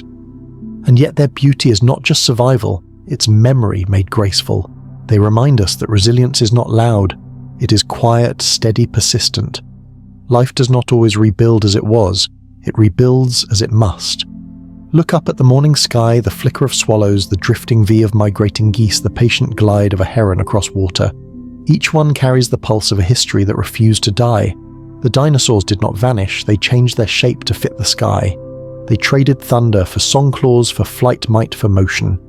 In doing so, they became eternal. And so the next time you see a bird lift into the air, know that you are witnessing the oldest miracle on Earth, the persistence of life across the boundary of extinction, the continuation of a heartbeat that began in the age of giants. The dinosaurs are not gone. They are everywhere the wind goes. Their music never ended, it simply found wings. And so the story circles back from thunder to whisper, from bone to feather, from endings to beginnings. The giants have long since faded into stone, yet their echoes remain in the flutter of wings outside your window, in the quiet rhythm of your own breath. The age of dinosaurs was not a tale of disappearance, but of transformation. What rose from the ashes of that ancient world was not silence, but song. Every heartbeat you hear tonight carries their legacy, the proof that life does not end. It only changes form. Evolution is not a ladder, but a rhythm pulsing through time like a great tide. Sometimes it crashes in brilliance, sometimes it recedes into shadow, but it always returns. The same earth that once trembled beneath sauropod herds still turns beneath you now. The same stars that watched over the forests of the Cretaceous still burn above our night, and under those stars their descendants, the birds, are still awake, still singing the songs of survival. Each note is an unbroken line through millions of years of darkness and light. Imagine the world asleep, continents drifting beneath clouds, forests breathing in the moonlight. Beneath your pillow, somewhere deep in the planet's memory, the bones of the giants lie in their final rest, not as ghosts but as foundations. Upon them everything else has grown. Their story is not tragedy. It is a lullaby of endurance. Because every extinction is also an invention. Every ending makes room for new forms of wonder.